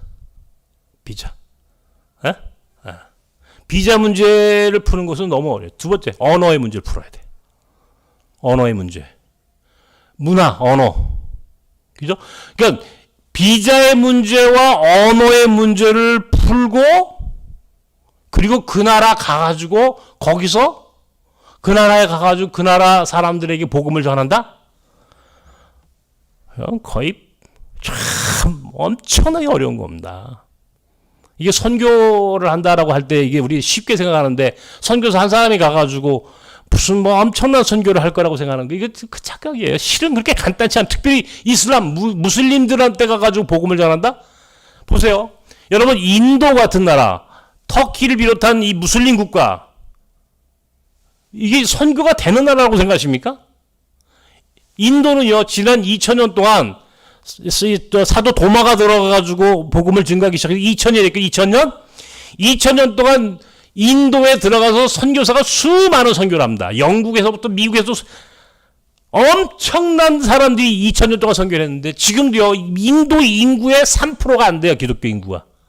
3%가 안 되는데, 그 3%도 안 되는 기독교 인구의 70%는요, 저 밑바닥에 소위 불가축 천민, 예? 가장 밑바닥에 있는 불가축 천민들만 선교했다고. 70%가. 3%도 안 되는 기독교 인구. 그 3%도 안 되는 기독교 인구의 70%는 불가축 천민들이야. 인도는 이 카스트 제도가 있어가지고 절대로 위에 있는 브라만, 크샤트리아, 바이샤, 수드라, 그 밑에 있는 불가축 천민, 달릿이라고 그러는데, 이 달릿이라는 불가축 천민까지 선교한다는 게 거의 안 되는 거예요, 선교가. 2000년 동안 했는데도. 이슬람 선교 어떤 식으로 합니까? 10년, 20년을 지나가도 단 한 명도 세례 못 줘요. 왜? 이슬람이란 종교는 생활 종교야. 꽉 짜여졌어. 그래서 이슬람에서 무슬림에서 기독교로 개종하는 순간 그 사람은 그 사회에서 생존이 불가능해. 밥 먹고 살 수 있는 길이 없어. 그죠? 주민등록에 종교란이 있습니다. 기독교인이라고 쓰는 순간 그 사람은 취직이 안 돼. 일자리를 잃어버린다고. 밥 먹고 살 수가 없어. 어떻게 개종을 합니까? 개종이라고 하는 건 불가능한 거예요. 기독교인으로 개종하는, 무슬림이 기독교로 개종해서 복음을 받아들인다? 뭘 마음으로 동의할 수 있을지 모르지만 실제로 그것이 자기의 삶으로 온전히 고백되어지고 그 삶을 살기에는 불가능한 거예요. 안 되는 거예요. 몽골 선교, 몽골이 1990년 우리하고 수교를 했습니다. 우리 한국하고 90년, 1921년도에 사회주의 국가가 돼서 1993년도에 사회주의를 포기하고 자유시장자유주의 제도를 도입합니다. 1990년 우리하고 수교를 했으니까 31년 됐어요, 올해가. 한국 선교사들이 들어가서 엄청난 돈을 써가면서 저 몽골에 들어가 선교를 합니다. 지금도 그렇고요. 몽골 인구 300만인데 몇 명이나 선교가 됐을 거라고 생각하십니까? 30년 동안. 그 엄청난 돈과 선교사들이 들어가가지고. 몽골 전체 인구의 제가 볼 때는 5% 터무니없는 얘기입니다. 훨씬 적습니다. 그만큼 선교가 어려운 겁니다. 그런데 생각해 보십시오. 우리나라에 지금 몽골 사람이 통계적으로 이게 지금 이 출입국 관리에서 통계적으로 한 5만 명이라고 그러는데 제가 볼 때는 한 10만 명 정도 들어와 있어요. 왜냐면 3개월 단기 비자 갖고 왔다 갔다 하거든요. 몽골 사람 가까우니까. 예를 들어 몽골 사람들이 우리나라하고 관계가 없는 사람은 단 한 명도 없다고 할 정도로 몽골 우리하고 가까웠습니다. 한국에서 벌어가는 돈이 한때 몽골 GDP의 17%를 벌어갔습니다. 지금은요, 아마 몽골 GDP 아마 절대적인 규모가 한국에서부터 벌어 들어가는 돈으로 몽골이 지금 먹고 산다고 해도 저는 과언이 아니랄 거예요. 여기서 벌어가지고 보내주는 돈이 몽골을 먹여 살리고 있어요, 지금. 실제로. 네? 저는요, 여러분, 제가 몽골 선교를 지금까지 95년도, 96년도부터 시작했으니까 지금 한 5년 이렇게 됐습니다. 몽골 사람들만 제가 만나가지고 우리가 최초로 만나가 선교했어요. 제가 나중에 이제 그 몽골 학교 얘기할 때 또 얘기를 하겠지만 제가 몽골 가면요. 제가 몽골말을 아무리 배우려 해도 몽골말을 할 줄 아는 모르겠어요. 샌베노밖에 못해 제가. 안녕하세요밖에 안 돼. 몽골말을 못합니다. 두 번째, 몽골의 기후.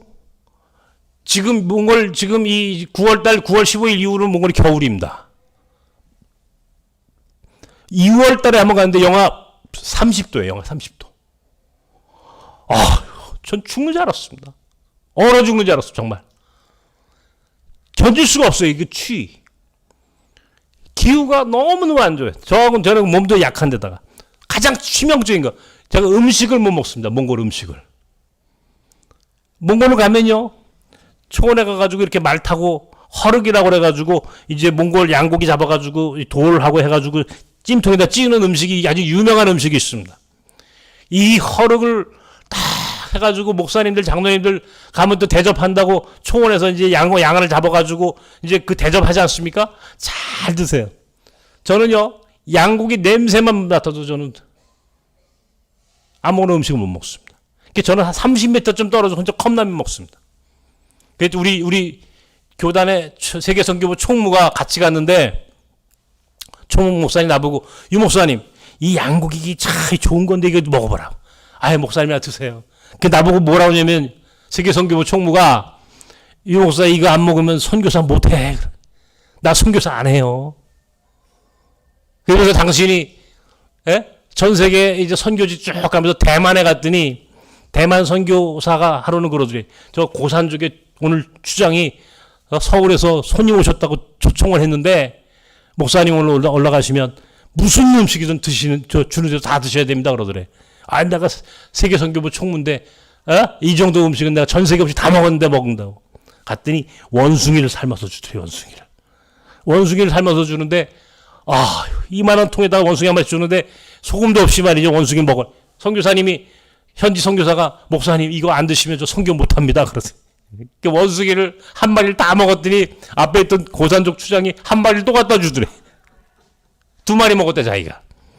나보고 이 목사 원숭이 먹을 수 있겠어? 내 양고기도 안 먹는데 원숭이 고기를 왜 먹습니까? 네, 그랬다고요. 제가 치명적으로 음식을 못 먹어요. 선교사는요, 선교사 식성이 있어요. 선교사의 첫 번째 조건은 다른 게 아니라 뭐든지 잘 먹어야 돼. 이게 선교사 식성이야. 선교사가 되려면요, 식성이 좋아야 돼. 근데 나는요, 식성이 아주 안 좋아요. 이게 참 치명적인 겁니다. 아무리 노력해도 그건 안 돼.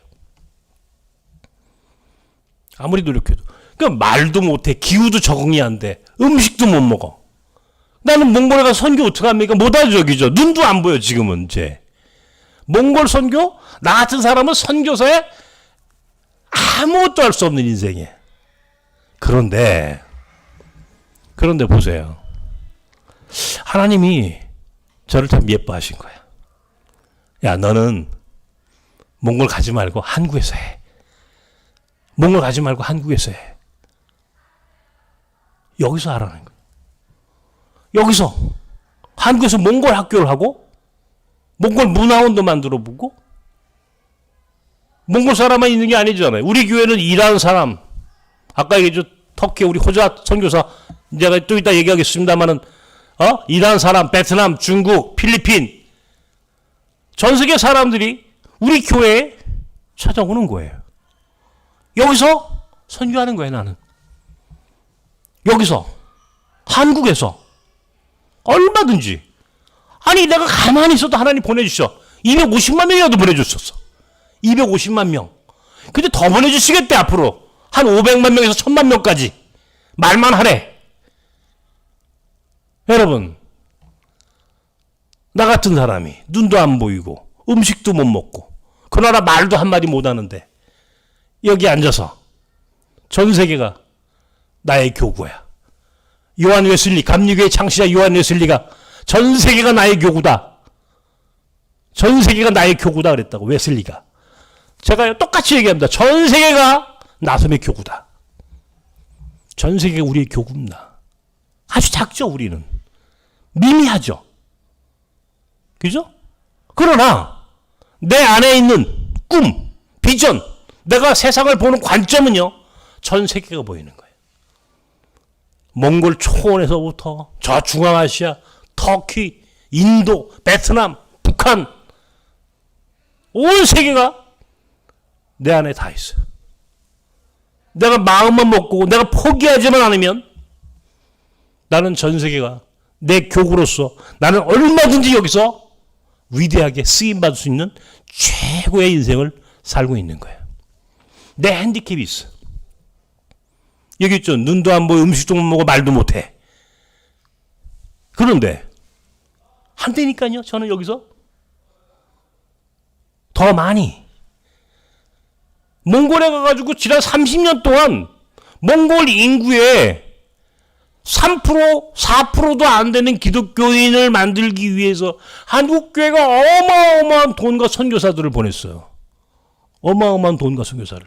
지난 2000년 동안 인도에 전 세계가 엄청나게 인도해가지고 선교를 했다고. 윌리엄 캐리라고 하는 유명한 선교사 이야기를 여러분이 아시잖아요.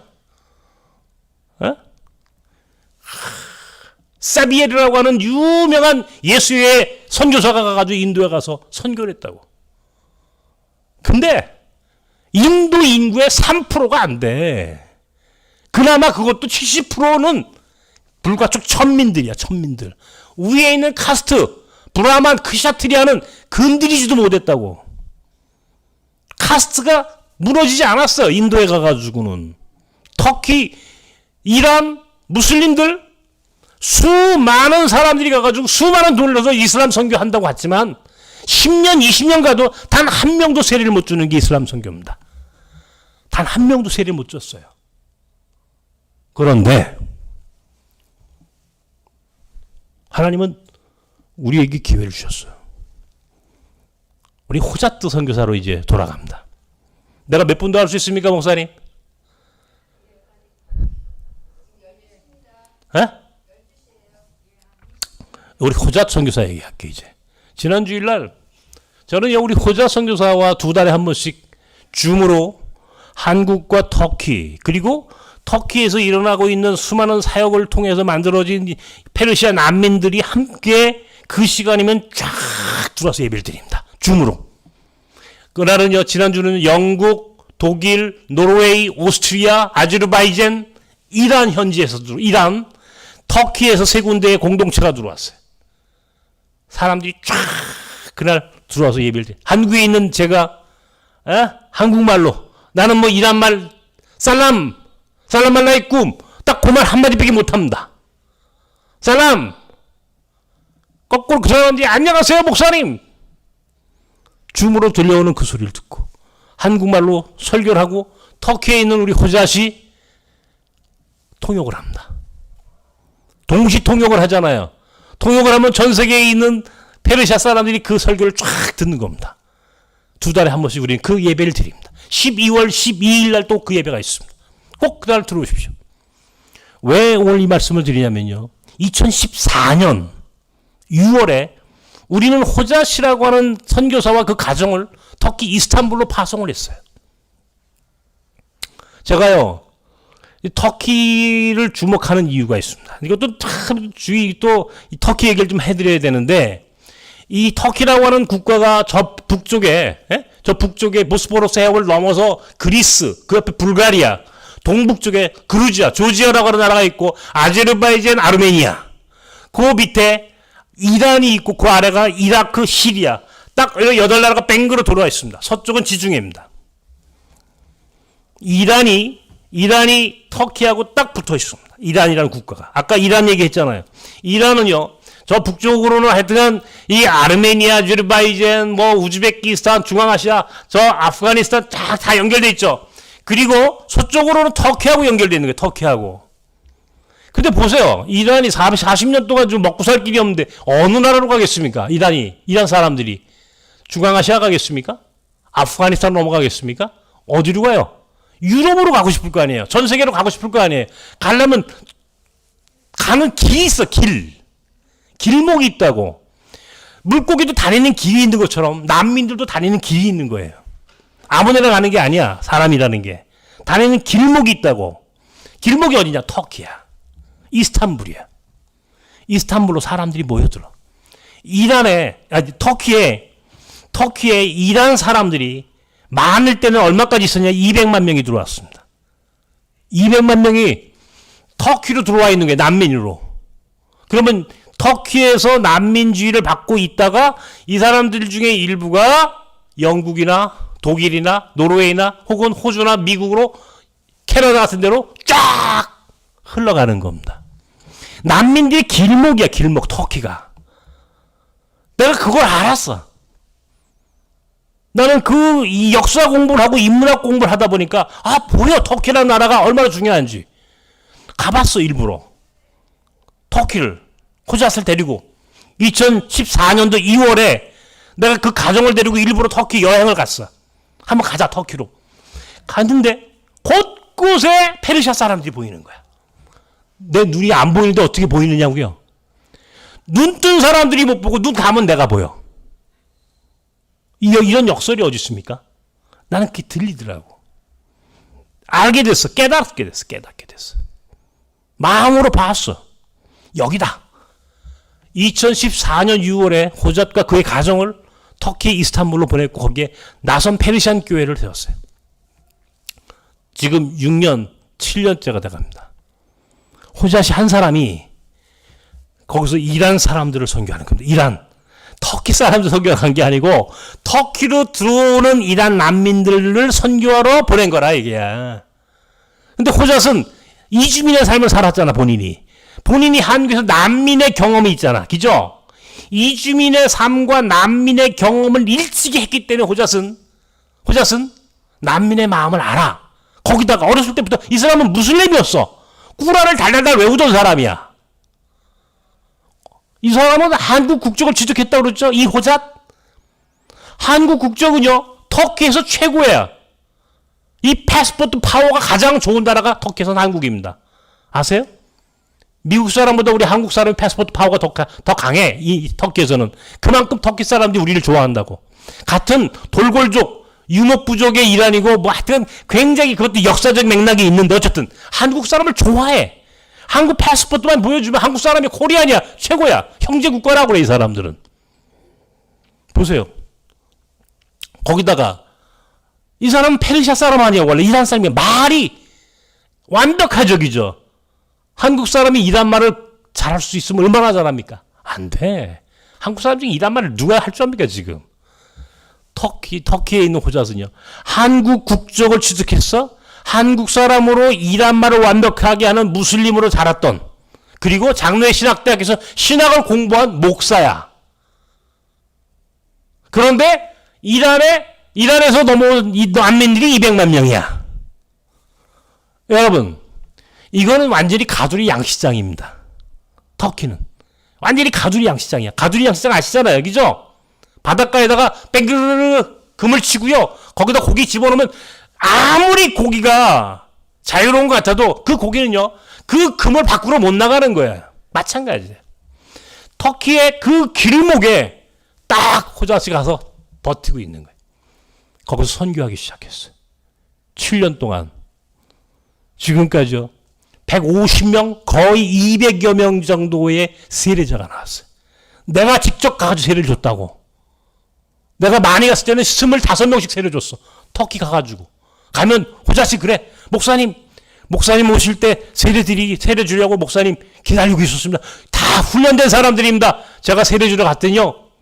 와, 처음에 그때 내가 처음에 가서 2명 세례 줬는데 제가 군에서 군목했다고 그랬잖아요. 홍천 11사대 신병교육대에서 내가 마지막 전역을 했을 때 신병들 세례를 많이 주잖아요. 그죠? 목사가. 그때는요. 그때 그런 감흥이 없었어요. 터키에서 이란 사람 세례 주러 갔는데 이 세례 받는 이란 사람이 몸이 흔들리는 거예요. 진동을 하는 거예요. 성령이 역사하시는 거예요. 그 순간. 성령이 그 안에 확 그냥 그 이란 사람의 마음은 물론이고 내 마음에까지 감동을 주시고 그 사람도 울고 나도 우는 거야. 눈물 줄줄줄 흘리면서 둘이 세례를 주고 세례를 받는 150명이 훨씬 넘는 사람들이 지난 7년 동안 호잣을 통해서 복음을 받아들였고 세례를 받고 이 사람들이 영국으로 노르웨이로 간 이란 형제는요. 노르웨이에 가가지고 교회를 다니기 시작했고 그 사람이 거기에 있는 교회를 통해서 페르시아 성경을 뭐 천불 100만 원씩인가 뭐 그거를 성경책을 보내주는 노르웨이로 흘러간 이단 사람이 호잣을 통해서 예수 믿게 되고 복을 받아들였던 친구가 거꾸로 성경책 보내기 운동을 하는 게 터키로 이란 사람들에게 페르시아 성경 보내기 이런 역사를 매 2달에 한 번씩 한국에 있는 제가 설교를 합니다. 그 사람들 대상으로 설교를 하는 거예요. 한국말로 설교하고요. 호잣이 유창한 페르시아어로 동시 통역을 하는 거예요. 그러면 전 세계에 있는 사람이 서울에 있는 눈도 안 보이는 유해근 목사의 설교를 들어. 선교가 뭡니까, 여러분? 누룩이 번져가는 거예요. 누룩이 번져가는 거예요. 하나님의 나라를 예수님이 뭐라고 표현했어요? 누룩이 번져가는 것 같은 그 표현, 그 비유로, 누룩의 비유로 천국을 설명하셨다고. 여기 작은, 뚝섬 성수공단의 작은 인쇄 공장의 작은 무슬림 청년에게 한국어 가르쳤던 작은 만남과 소중한 그런 작은 관계가 점점 커지는 거예요. 그리고는 이 사람이 신학 공부를 하고 목사가 됐어. 그리고는 선교사가 돼서 역파송받아서 터키에 가더니 그 불가능한 이란 사람들 전 세계 가장 선교하기 어려운 이슬람 원리주의자들 대상으로 복음이 전파되기 시작하고 이 전파된 속도가 가속도가 폐가가 되는 어마어마한 속도로 지금 이란에도 세 개의 공동체가 따로 만들어져 있고 터키에도 지금 이스탄불, 에스키세이르, 아피언이라고 하는 세 군데의 공동체가 만들어졌어요. 거기서 훈련받은 사람들이 또 영국, 독일, 오스트리아, 노르웨이, 유럽 전역으로 흩어져. 그 사람들이 2달에 한 번씩 모여서 같이 예배를 드려. 한국에 있는 나섬과 더불어. 이 정도가 되면 얼마나 감격스러운지 여러분 느낌이 안 오십니까? 네? 저는요, 매 2달에 한 번씩 드리는 그 예배를 드리다 보면 눈물이 흘러요. 저도 모르게 눈물이 나요. 너무너무 감사해서. 하나님께 너무너무 감사한 거야. 네?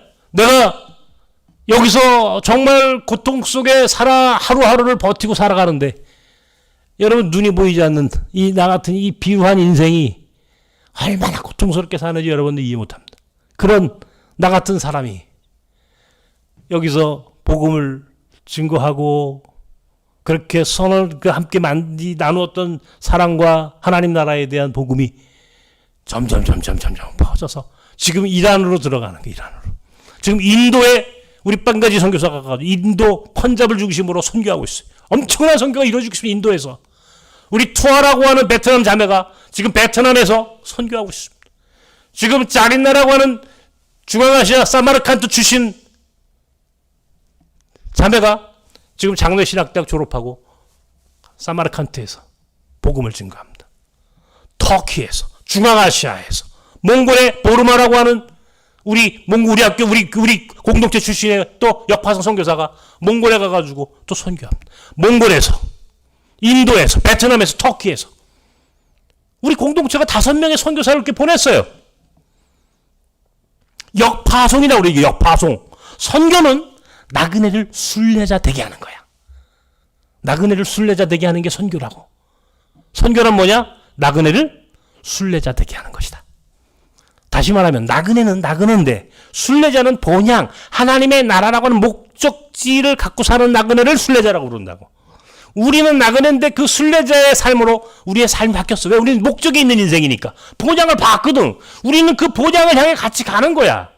그래서 선교는 나그네들을 순례자 되게, 목적 없는 나그네들이 목적이 있는 나그네로 바꿨을 때 그 사람을 순례자로 부르는 것처럼 나그네를 순례자로 바꾸고 그 순례자들을 다시 역파성 선교사로 보내는 이 일까지, 이게 바로 오늘 우리에게 들어온 250만 명의 이주민들이 오늘 우리에게 선교적으로 이 사람들을 해석해야 할 의미다 말이에요. 선교적 의미가 있다 말이에요. 그런데 이 사람들이 어디 있냐고요? 250만 명이 어디 있냐고요? 우리 옆에 다 있어요. 그죠? 쉽게 우리 얼굴 봐요. 그런데 잘 만나긴 만나는 것 같은데 이 사람들을 만나서 어떻게 만나서 접촉을 해야 되냐고. 그냥 만나면 되는 거냐고. 아니란 말이에요. 선교라는 게. 있어 거기에. 있는데 그 다음이 뭐냐고. 그 다음. 이게 선교의 전략이야. 선교의 접촉점이라고 그래 이거를. 에? 어떻게 해야 되느냐? 동대문에 나가봐야 돼. 동대문에 가면 몽골 중앙아시아 사람들이, 그 너머에 동국대학교인 유학생들이, 서울 전역에 있는 수많은 이주민들이, 외국인들이 드나드는 길목이야 동대문이. 우리나라에 그런 곳이 여러 군데 있습니다. 저 안산에도 있고, 저 구로고등에도, 인천의 남동공단도 있고, 저 김포에도 있고, 포천에도 있고 있죠. 그런데 제일 접근성이 좋은 데가 어디 있어요? 서울에 동대문이. 동대문. 전철 한 번만 타면 가잖아. 여러분 집에서 전철 한 번만 타면요, 뭐 갈아탈 수도 있지만은 무조건 1시간 이내에 동대문 가게 돼 있습니다. 가면요 거기에 외국인들이 바글바글대. 아까 얘기했죠. 길목이라고 했는데, 길목. 물고기도 다니는 길이 있는 것처럼 사람도, 이주민들도 다니는 길목이 있는 거예요. 어디든 간에. 물고기도 아무데나 낚싯대 던지면 안 돼. 아무데나 그물 던져가지고 고기 잡는 게 아니야. 선교라는 것도 마찬가지입니다. 사람이 수많이 모여 다니는 게. 그런데 어떻게 선교, 어떻게 그 사람들을 업으로 부르심 받은 우리는 그들을 어떻게 선교해야 되느냐? 그 길목이가 있어야 되는 거야. 길목. 그 길목이 동대문이야. 거기에 우리는 뉴라이프 비전 센터를 만들었고, 거기서 한글을 가리키고 그 사람들과 만나고, 우리 여러분들이 거기 한번 가게 돼 있습니다. 거기서 한 사람 한 사람 키워가는 거야. 여기 나섬이 그런 캠프야. 베이스 캠프야. 여기는 몽골 아이들을 보십시오. 생각해 보십시오. 300명이 넘는 아이들이 지금 여기서 살아요. 같이. 그죠? 여기가 뭡니까? 일종의 플랫폼이야. 요새 플랫폼 많이 얘기하잖아, 플랫폼. 거쳐가는 곳이다 말이에요. 여기를 거쳐서 흘러가는 길목이다 말이야, 여기가. 길목을 붙잡고 있는 거야. 길목이 어딘지를 알아야 되는 거야. 기업에만 플랫폼이 있는 게 아니야. 선교에도 플랫폼이 있어요. 플랫폼이 있다고. 어디가 플랫폼이 되어야 하는지를 알고 그 길목을 지키고 그곳에서 복음을 증거하는 사람들이 바로 뉴 라이프 미션에 속한 바로 여러분들이다 말이에요. 우리는 그 일 위에서 부름받은 사람들이야. 다문화 시대에 한 번도 경험해보지 못했던 이 다문화 다인종 사회를 우리는 선교적으로 어떻게 해석할 것이며 그렇게 해석한 다문화 이주민들을 대상으로 우리는 그들을 어떻게 접촉할 것이고 그들에게 어떻게 하나님의 나라를 증거할 것인가. 그리고 이들을 어떻게 하나님의 나라로 일꾼으로 더 위대하게 쓰임받는 사람으로 그들을 보낼 것인가. 이 고민까지 이게 우리가 함께 그 일을 함께 해보자고 모인 공동체가 이 뉴라이프 미션이에요. 그 일에 저와 여러분이 부름받았다고. 어때요? 마지막 때 우리는 왜 살아야 합니까? 어떻게 살아야 합니까? 무엇을 위해 존재해야 합니까? 오늘 우리가 여기에 답을 하고 응답해야 되는 거예요. 호자스를 통해서 제가 시작할 때 호자 얘기를 했죠. 이란 얘기했죠. 페르시아 얘기했죠. 이 한 사람 한 사람이 그러니까 선교를 얘기할 때요. 여러분 뭐 몇천 명 몇만 명 다 소용없는 짓입니다. 사람 숫자가 중요하지 않아. 이 세상을 바꾼 사람은요. 예수님 한 분이에요.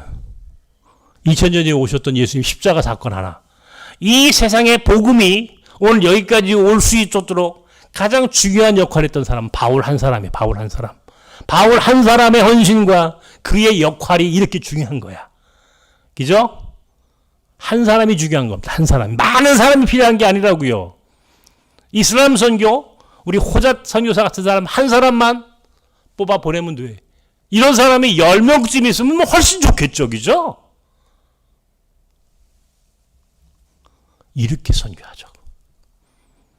근데 그 시작이 뭐냐? 한글 공부라니까. 한국어 공부. 그 시작이 작은 만남이에요. 작은 만남.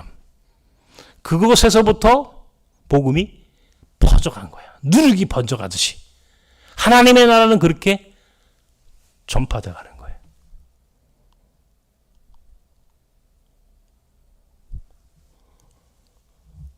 이제는 할 수 있잖아요, 우리가. 그 정도는. 한글도 가르칠 수 있잖아. 여기 우리 교회, 우리 이교일 집사님, 우리 김혜 권사님 같은 경우는 외국에서 한국어 자격증 따셨죠?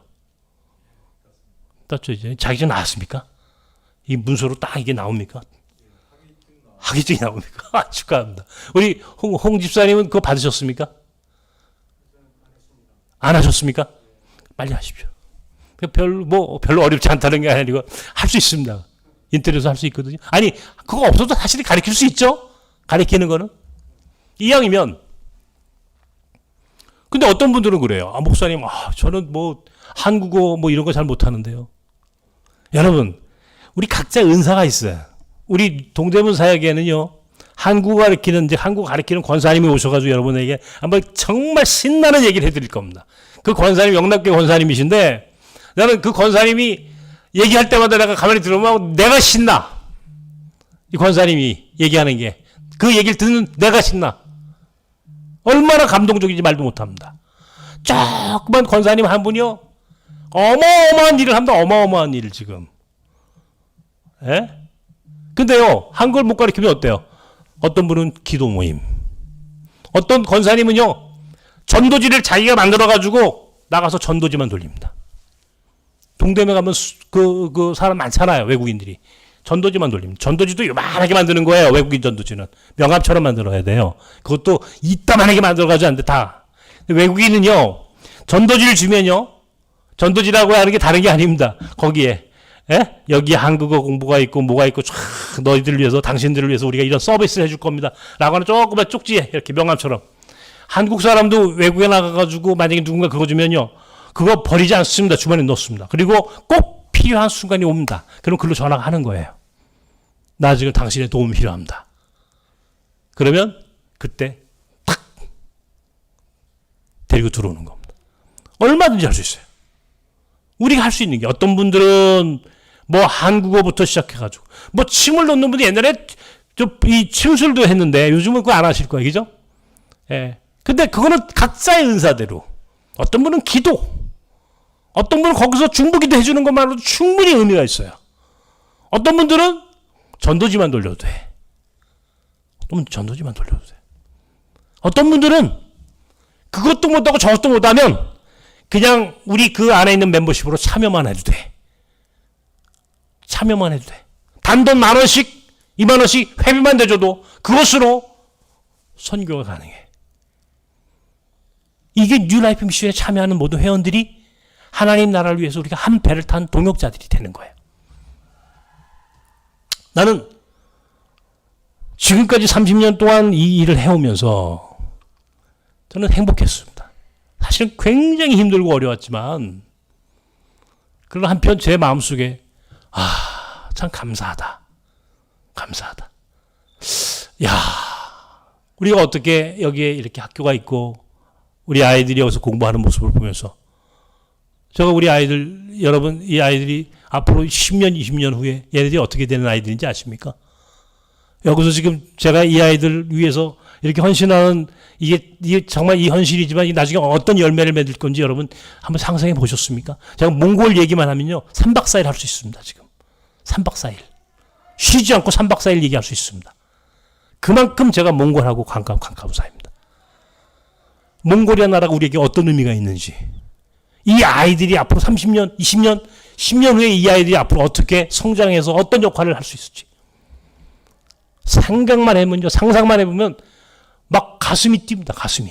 이걸 이름하여 선교적 상상력이라고 부르는 거예요. 선교적 상상력.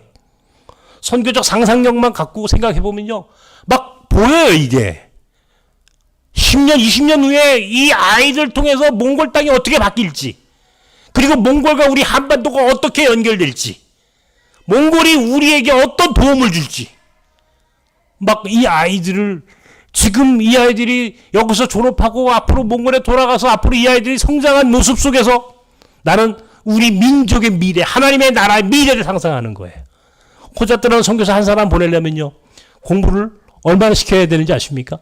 학부 4년 과정에 신대원 3년 과정을 시켜야 합니다. 공부 엄청나게 시켰습니다. 공부하는데 돈 안 드립니까? 돈도 드려요. 그러나 그 힘들고 어려운 시간이지만 공부하는 사람도 힘들지만 공부시키는 사람도 어려운 거예요. 그 시간이 한 해 1년, 2년이 아니잖아요. 이게 7년 했다고 그러지만 실은 호자뜨 같은 건 9년인가 했어요. 중간에 시험도 떨어지고 해가지고 9년인가 했다고. 중간에 포기하고 싶을 때가 한두 번이 아니었을 거라고요. 기저 힘들어서.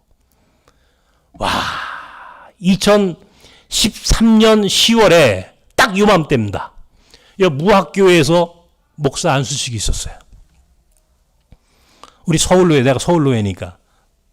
목사 안수, 내가 이제 담임 목사니까 이제 목사 안수라. 내 옆에는 영락교회 이철신 목사님, 이 옆에는 뭐 누구, 저 세문안교회 누구, 이 큰 대형교회 목사님들 같이 조그만 나선교회 목사, 눈도 안 보이는 목사가 그 이상한 외국 사람 하나 머리에 손 올리고 딱 무릎을 꿇고 기도하는데 나도 울고 그도 우는 거야. 목사 안수 끝나고요, 둘이서 그냥 그 사람들이 있으나 마나 보나 마나 둘이 그냥 끌어안고 통곡을 했습니다. 너무나 감격스러워서. 한국에 온 이주민 노동자 한 사람을 신앙인으로 만들고 목사까지 안수를 주는 하나님이 그 모든 역사를 이루셨지만 하나님의 은혜 가운데 우리가 여기까지 오는 과정 속에서 그와 내가 함께 이 시간들을 참고 견디며 우리가 살아온 시간들을 쫙 반추해 보면서 목사가 되는 그 순간 그도 나도 그냥 거기서 그냥 끌어안고 운 거야. 끌어안고 눈물이 줄줄 흐르는. 그걸 어떻게 하는지 CBS, CTS, CGN, C자 들어가는 텔레비전 방송국이 다 왔어. 그거 촬영하려고.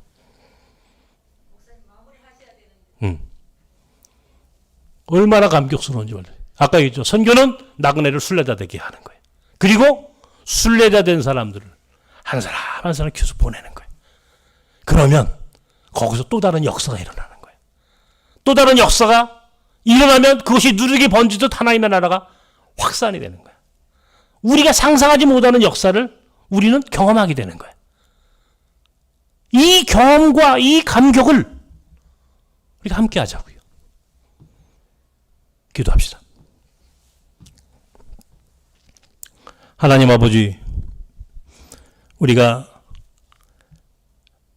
남은 삶을 하나님의 나라를 위해 살겠다고 찬양하고 기도하지만 구체적으로 우리가 어떻게 살아야 하는지를 잘 알지 못했고, 특별히 우리 가운데 찾아온 수많은 이주민 나그네들을 바라보면서 저들을 향한 하나님의 섭리와 계획이 무엇인지를 알지 못했습니다. 그러나 선교는 나그네를 순례자 되게 하는 것이라고, 나그네 된 사람들, 이 땅에 돈 때문에 왔지만 돈보다 더 귀한 하나님 나라를 경험하며 믿게 하는 것이 오늘 우리의 사명이고, 이들을 이 땅에 보내신 하나님의 섭리와 계획인 것으로 믿으며 그 일을 위하여 우리가 부르심받은 하나님의 일꾼들임을 고백하며 이제 하나님 앞에 쓰임받기를 원합니다. 살아계신 주님, 이제 남은 인생 주님의 나라를 위해 헌신해야 할 우리 사랑하는 뉴라이프 회원 한 사람 한 사람을 주께서 붙잡아 주셔서 저들의 10년 가운데 은혜를 더하셔서 이 사역을 감당하는 일에 헌신하도록 하나님이 아브라함과 모세와 갈렙을 부르셨듯이 우리를 부르신 그 부르심 앞에 온전히 서게 하시고 결단하게 하시고 순종하는 귀한 뉴라이프 회원들이 되게 하여 주옵소서. 예수님 이름으로 기도하옵나이다. 아멘. 감사합니다.